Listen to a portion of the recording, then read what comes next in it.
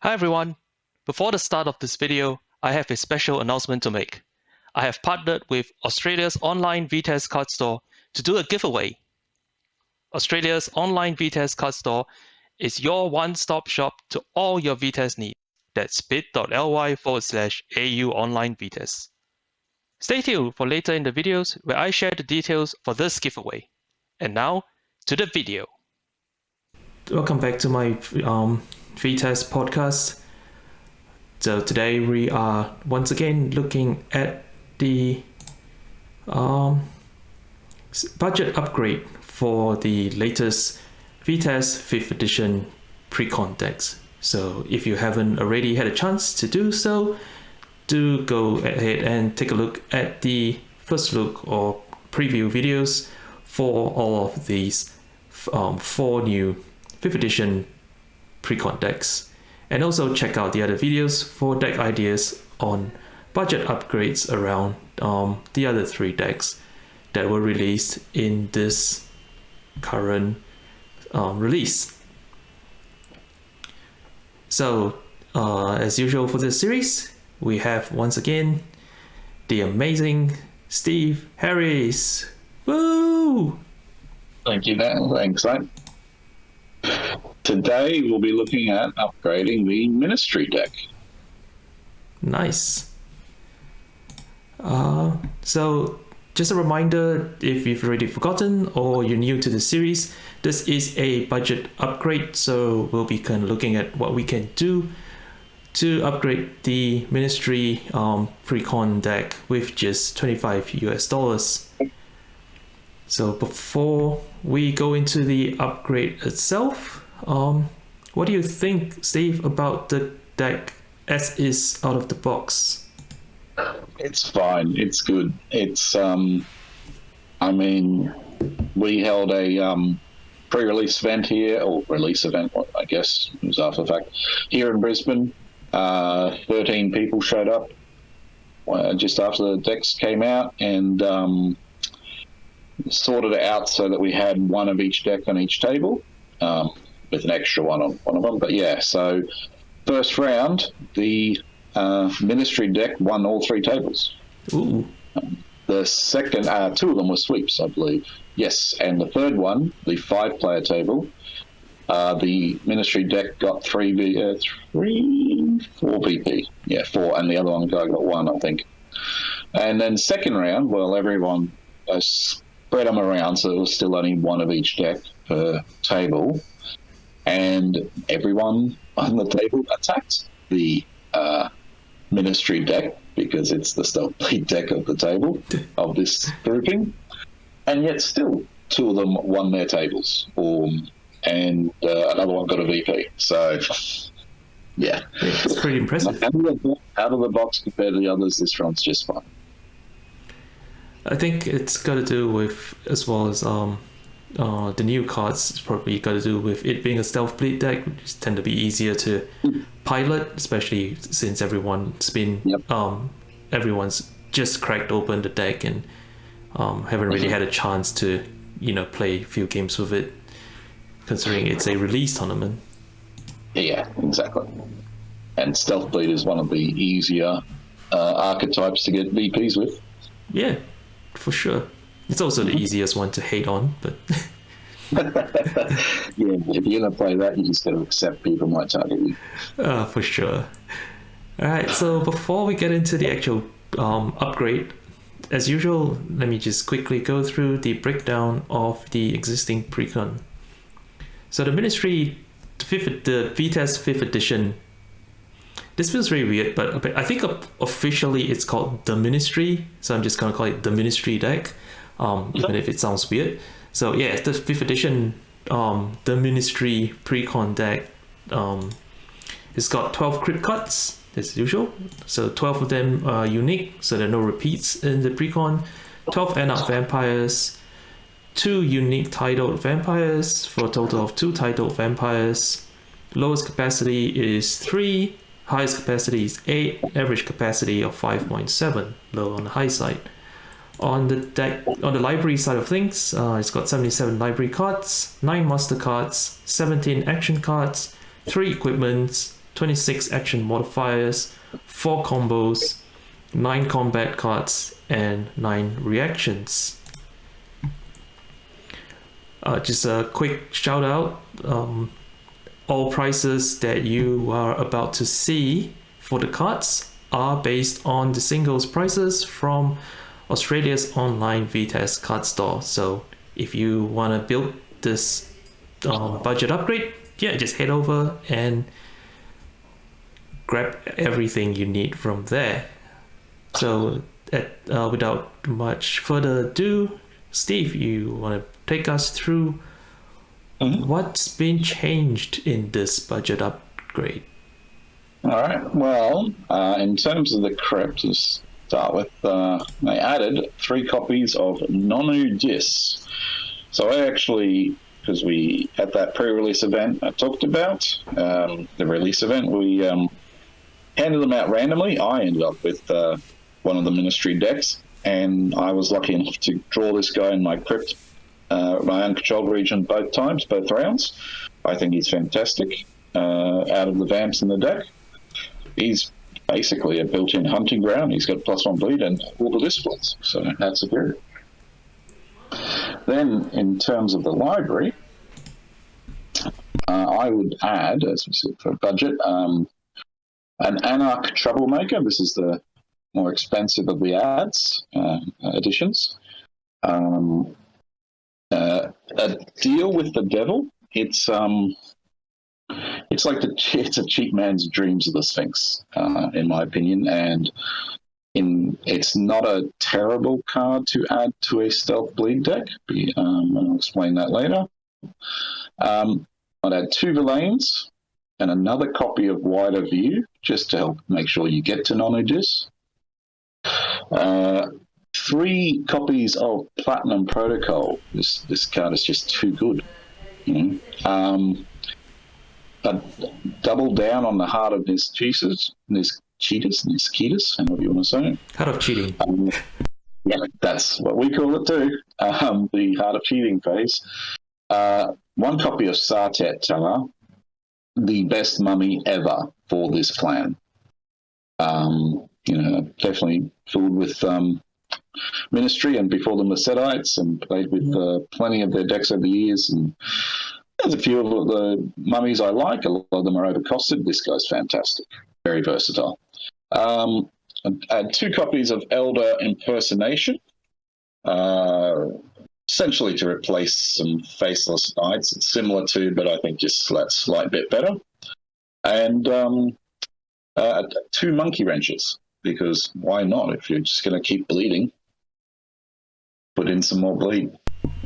Now, in terms of what we removed, to make way for 3 copies of Nonu Dis, had to find 3 vamps to remove. So we removed Alicia Tucker, a copy of Farouk, and 1 copy of Hesha Ruhats, which old school players will remember. This is the new group 6 version, I think it is, of him.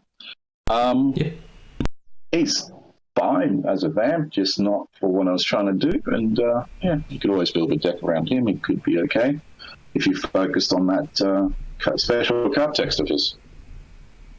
In the library, I took out the Temple Hunting Ground, largely because there's not that many cards that actually require blood in the deck, and Nonu is a built-in hunting ground, so took out the Codex of Edenic Groundskeeper and the Overeater. Took out 2 copies of Faceless Knight, as I mentioned, which swapped them for the Elder Impersonations because it's better for wall decks with Elder Impersonation if you're going to be getting blocked a bit. Remove the 2 True Love's Face. There's not as much Superior Obfuscate now with the changes to the deck. And took out the 2 on the QV, 2 of the on the QV and 2 of the Party Out of Bounds. Simply more to focus on going forwards and less on defense. So we came in just under budget on that. Moved 2470 or so. Yep. It's about 2470. Based on Yep. what the calculator says. I clearly did not calculate this. Hopefully, So I noticed you dropped one of the barons. I was a bit curious because with the new I can't remember which precon was. I think it might have been the Gangrel. No, the Bruja.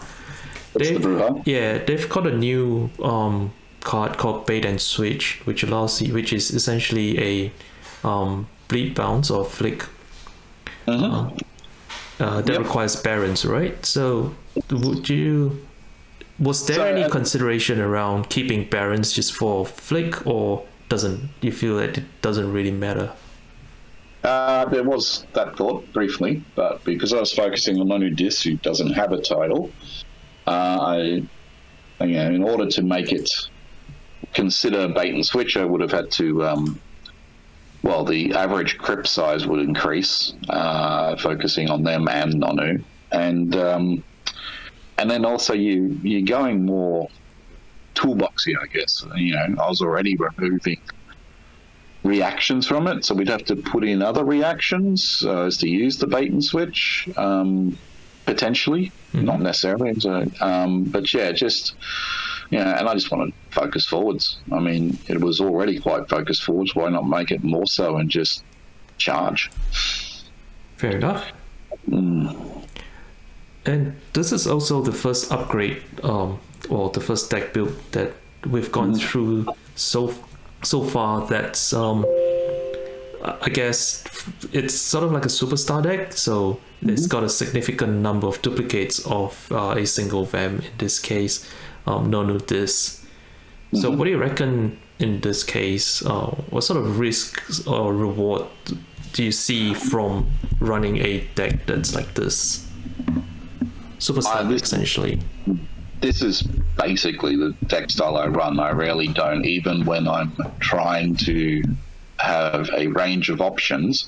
I would normally have 5 copies of one vampire and 7 other vampires from the appropriate grouping around that star. So I kept this one just a 4. And having 8, I mean, in some cases I'll go 5, 4, 3 across 3 different vampires. That's the sort of deck I play, and I play that more. Obviously, your risk is that if that vampire gets destroyed, locked down, knocked into torpor, whatever, you'd almost prefer him to be ashed, me or her. You run that risk. You run the risk of, it's a very small chance, but having 4 copies in your uncontrolled region, or as once happened to me at a tournament in New Zealand, all 5 copies of my star vampire were on the very bottom of the crypt, which my mathematical friends tell me is something like only a 98.7 chance of it not happening. But it can happen. I spent the whole game paying 1 to see 1 until I got to the 5 copies at the bottom of the deck. Well, that's kind of what you get for crossing the straits, right? It's the risk, crossing. But there's that risk. So more often than not, I think the higher risk is you end up with 3 copies and a single guy. But Wider View has alleviated that a lot. Hence, when I do a star or superstar deck, Wider View is a go-to card. Early game, if you get it, it's fantastic to make sure you get to him, and then you can clear out whoever your star vampire is and get other options.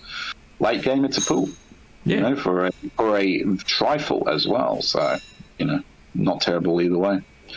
And reward, well, when you focus a deck on a vampire, you focus on, you build it around, you work out how that vampire is going to do what it is you want to do. You can build it very specifically, and the support vampires are there for exactly that, support.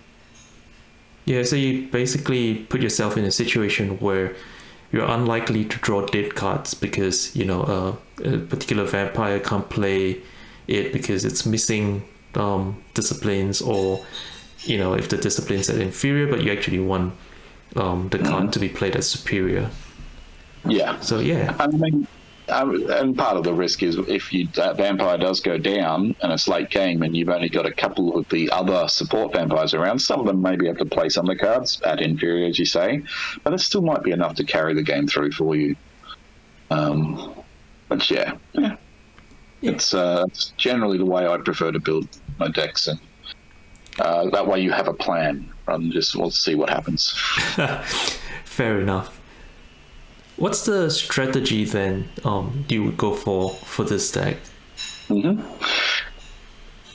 when I was going through this and considering, I gotta say, it was a bit of an adjustment for me. I've played, as I mentioned, a lot of Setite in the old days, in Ministry now, decks over the years for their Serpentis tricks, and the tricks that you can do.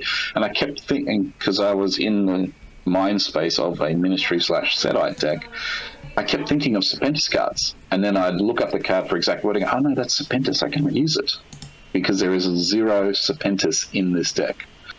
So that was an adjustment. Now, as to this, onto the strategy. Well, obviously you want Nonu out quickly if possible. So seeding's important. And being an 8-cap, hopefully you've got him in your uncontrolled region.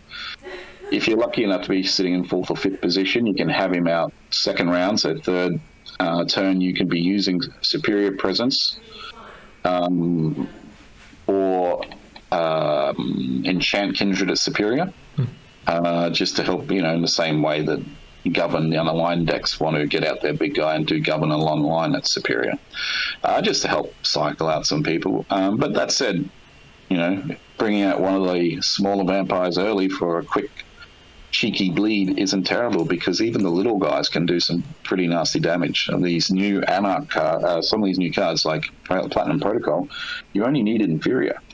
And several of the other Crypt cards have all 3 disciplines for Platinum Protocol at inferior. And so, cards like Heart of Mischievous and Dreams of the Sphinx, which came with the original deck anyway, are there for cycling.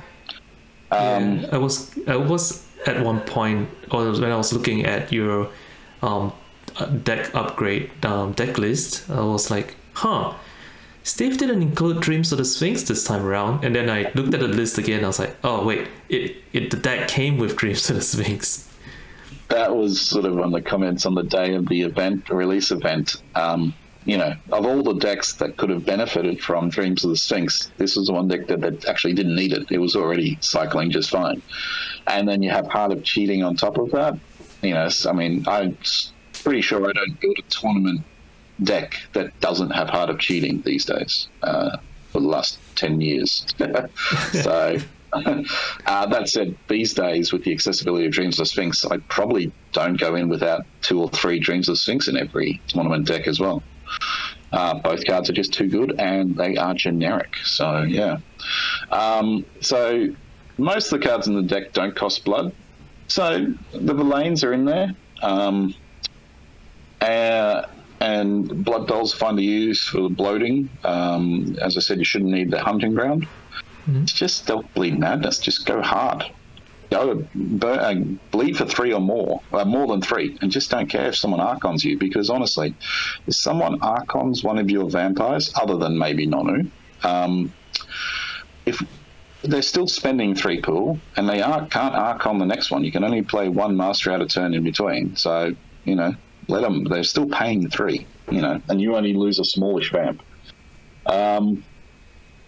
As I said, a lot of the bleed, the Platinum Protocols, is that inferior. The Enchant Kindred bleed is that inferior. There's so the smaller vampires can bleed just as hard.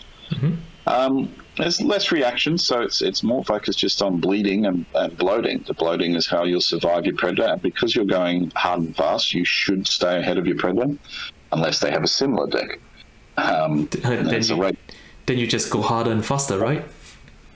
Hopefully. If they've done a Dominate Weenie deck or a Weenie Anarch deck, the group 4-5, you're probably dead. So, deal with it. Anak Troublemaker. It's in a single copy. It's in there purely to protect Heart of Cheating from other people. You only want to use it if if it's really going to you're going to oust someone on that turn. But I'd just throw it, bring it out. It's a threat. People are concerned about it. They'll think twice before bringing out important pieces of equipment. Your prey will anyway think twice before bringing out important piece of equipment. But you don't have to use it. You just if someone's trying to play your predator's trying to play Anak Troublemaker to destroy your Heart of Cheating, well, yours will just bed to pay one pool a turn to keep that little beautiful piece of equipment around. And anyone who's experienced with Stealth Bleed will know that an experienced player who doesn't have Intercept will quickly work out what you're doing, and if they're smart, they'll stop blocking you, so your hand becomes jammed full of stealth. Now, a lot of the stealth in this deck, well, not a lot, but some of it, like Revelation of the Serpent, is both bleed and stealth, which is pretty nice. Platinum Protocol, the stealth comes automatically. It is the bleed action card. But you may end up with a handful of stealth and not much bleed. Deal with the Devil, I always find, is a nice, simple little card that a lot of people don't think of or play. It's an underused card that is good for clearing your hand in these cases, and that's why I often include it in a Stealth Bleed deck. If they're not blocking and you get to your Deal with the Devil, dump your hand and get a new one. Yeah. Sounds like your kind of typical Stealth Bleed deck. Just go forwards. It'd be interesting to see whether this combination of Obfuscate, Presence, and Protean together with from a relative perspective, these are cheaper than some of the Dominate Power Bleed decks out there in terms of the average size of vampires. So it'll be interesting to see if this might be sort of the one that might potentially overtake Dominate as the powerhouse bleeder potentially. Possibly, because as we've noted, there's not a lot of cards that require blood. Yeah, and many of these discipline combo cards, etc., they're effective at inferior. You don't necessarily need to be doing the superior stuff, so you could get away with a small to medium cap version of the deck that just bleeds hard. Yeah. Talk about Dominate, Bleed, and I'm reminded of some decks I've seen over the years, which were Dominate Weenies, especially Group 2-3. Everyone's 4 cap or less, and you just have a bunch of Dominate Bleed cards. Maybe some Dominate Masters, 8 to 10 Life in the City, because Dominate costs blood, and a bunch of Wake and Flick. And they are nasty decks to play against. Oh, yeah. Terrible. You want one of those as your Grand Predator, to be honest? Because or if you're a deck with a lot of Flick, maybe you want it as your Predator. Oh. Then, well... Your poor prey. Yes, that can happen. So have you had any success with this budget build then? No, unfortunately, no games. Maybe this weekend or the following weekend. I haven't sorted it out yet, but I can report on a little bit of success with the previous deck we covered, the Gangrel deck. Oh, yeah. How'd it go? I got to play it that following weekend, and I played it for at least one of the 2 games. I only played it for one of the 2 games. Australia, so I did something else. I had it's a beautiful little card that people hate, Constant Revolution, out early, like the 2nd or 3rd round. I had a weenie out, and I could have gone for a nice little bleed for 2 or something because my prey was playing Big Capital Zombra, Bleed and Bro. And I went, you know what, I'm holding this. There's no one to block me on either, Predator or Prey. My Predator was actually playing a Big Cap, an unnamed deck. And I went, just dropped it into play. I think it got up to 6 counters before someone had burnt it. Ooh. And the only person trying to burn it was Chris Table. The only smart player at the table, in my opinion, in that instant. The rest of them were not trying for the majority of that time, and it just kept building up. I'm like, okay. Yeah, I was discarding Lake cards because I wasn't using them, which I regretted later, obviously. And eventually I lost it. That's fine, But a turn before I lost it, I played Smiling Jack, and that one got up to the game timed out. And Smiling Jack was sitting on 5 counters. I could have, a bit more time, I might have rode the Smiling Jack wave to victory. I ended up with 1.5 VPs, and my initial Grand Prix had 2.5 VPs because the game timed out. I could have done better, except my initial Lasombra Prey kept bloating at just the right times. So he'd lose a bunch of cards or pool and blood or whatever, and then he would just one turn he gained back 10 pools. And I missed him by 1 pool on my turn, and it's like, really. But I got him eventually.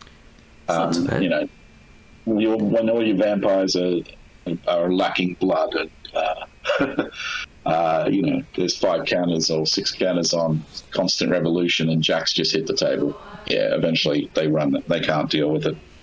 Yeah. So yeah, like you have. It had a little bit of success for a budget build, which was basically all I'm hoping for. If one of these decks gets at least 1 VP, then I'm happy with what I've done. Yeah, definitely. So, like we've been mentioning throughout so far throughout this video, this has been a budget upgrade. But if a player has got a bigger budget, or maybe they've just got a never-ending pocket, what would you recommend in terms of further upgrades? More Anarch Troublemakers. So first of all, more Anarch Troublemakers.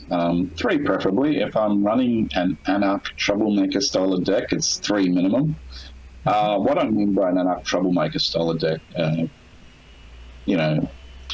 despite what I said earlier about using Anarch Troublemaker to protect your piece of equipment, you get one out and you don't use it until you have another one in hand, because you use Anarch Troublemaker in your untap phase, so you've just tapped 2 of your Prey's vampires on defense or destroyed his important piece of equipment. They get it, then in your master phase you play yours, which costs you 0 pool, instantly contesting their copy that they've just received. So when it comes around to their turn, they're already paying pool for a card that they didn't play or get any benefit out of. In fact, it hurt them. So they've got to decide whether they're going to start contesting it or not. Even if you're low on pool, it doesn't hurt, because when it comes back around, you just let it go. If they paid for it. So yeah. The deal with the devil was, as I said, a budget version of Dreams of Sphinx. Dreams is better in my opinion, more versatile. You'll cycle more cards, and you'll cycle only a couple of cards, 2 to 3 cards, which is what you need to do generally. So I'd go at least another Dreams. And I did look at a card from the Twilight Rebellion mini set many years ago called, I never know how to say this, Crime Think. I've looked it up. It's I think a fictional organisation in the world of darkness, which is a criminal incorporated organisation or some international organisation or something. But anyway, the card is an Anarch card, action mod. It has a Protean level, which allows you to untap after you do an action requiring an Anarch. So just a consideration, it would be another way to untap in the deck, which you need a few ways in the deck. You want to get Enkelcog, I should have mentioned this earlier with the strategy, you want to get Enkelcog onto someone like the Unknown. Sorry, I'm thinking of a totally different deck. Let me rewind. I think is just another way it's a way you could untap these guys. There's actually limited ways in this deck to untap. But it's simply, a few of those. If you wanted, you do have some non-bleed actions in there to do. Or if you do want some reaction cards, ability to play reduces and what have you. Another thought was possibly mixing in with some Serpentis vampires. and build a Superior Protean Serpentis deck focusing on Hatch the Viper. You could perhaps even do it with Farouk with his +1 strength and others. You may want to change the grouping given that none in this deck actually come with Serpentis, so you'd have to be considering building in Serpentis. But it would be nice to see, Hatch the Viper wall decks or combat decks. I think there's some potential there. Yeah, there we go. There's the combat coming out. Hesha Ruhad's equipment deck is a third option that you could go. So Hesha, with the new version of him, is getting extra bleed for all the unique equipment, and there's a lot of unique equipment, even the less used equipment, like Sire's Index Finger is actually kind of useful, because Sire's Index Finger will protect you from frenzy cards, in particular Rotshrek, which is an annoying card to play against. And you could just, go to town with him. You'll want some untap options with him, I think, and possibly a vampire in Group 5, a set item in Group 5 called Abdel Sobek, who can take an action to untap him. So there's some options there. There's things to look at, definitely some things you could do. There's some interesting vamps in there. So right now, so for the viewers or for those of us in the community who are more statistically inclined, here's a quick run through of the differences between the Precon deck list and Steve's budget upgrade. So with the Crypt, we still have 12 Crypt cards. We've gone down to 9 unique vampires from 12. All 12 of them are still Anarchs. We lost the title of Vampire, but titles don't really matter in this deck. You just want the disciplines. And the average capacity has gone up by just a little bit. I don't think it's a huge difference, but it's just a little bit there. I'm happy that didn't go up that much. I thought it might go up more, focusing on a big vamp. Oh yeah. The Excel spreadsheet said 0.2. Again, I didn't do the math. Yeah. And the library side of things, we've gone from 77 library cards to 80. Master cards gone up from 9 to 13. Action cards have gone up from 17 to 20. Equipment's gone down to 2. I think that's the Kodak and the bow in replacement for the Heart of Cheating. We've got one new ally, Setatar, the best ally ever. Action modifiers remain the same. I know the percentages say 8%. That's clearly incorrect. Just ignore that.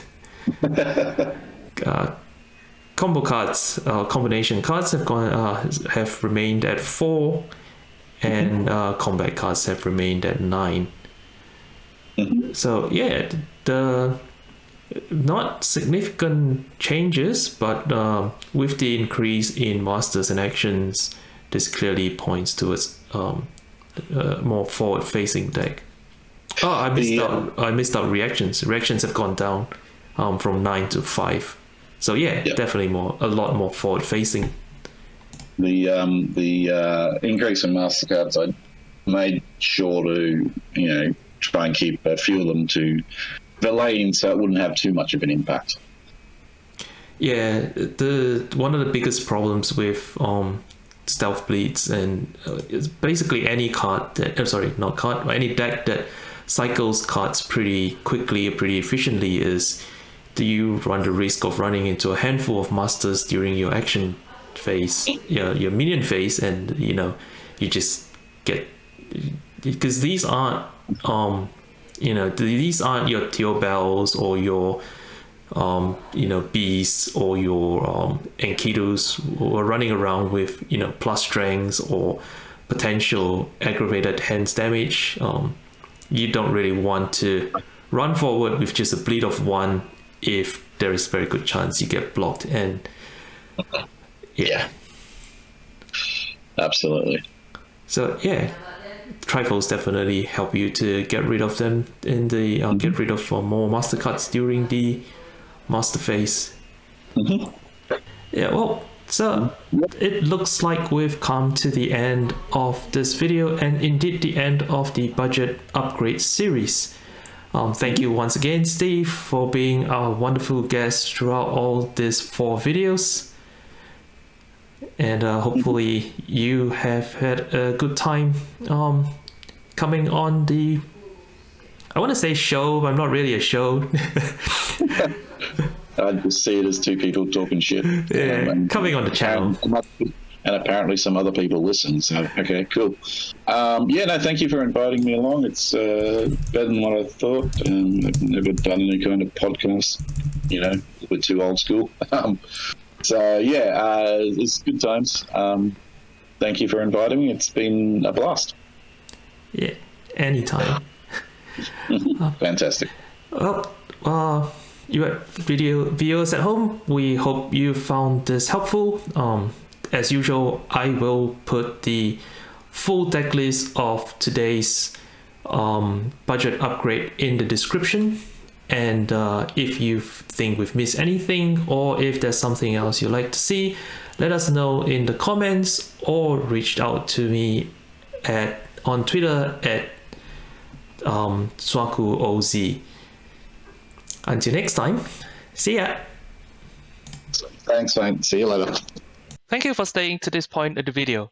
To enter the giveaway, all you have to do is to like this video, subscribe to my channel, and do one of the following. Post a link to this video on Twitter with the hashtag SwakuOZV5. Create a story on Instagram with a link to this video and the hashtag SwakuOZV5. Or comment on the post for this video and tag a friend. You can even do all 3 for triple the chances. This contest is available for 1 week from the point when this video is uploaded to YouTube. Good luck!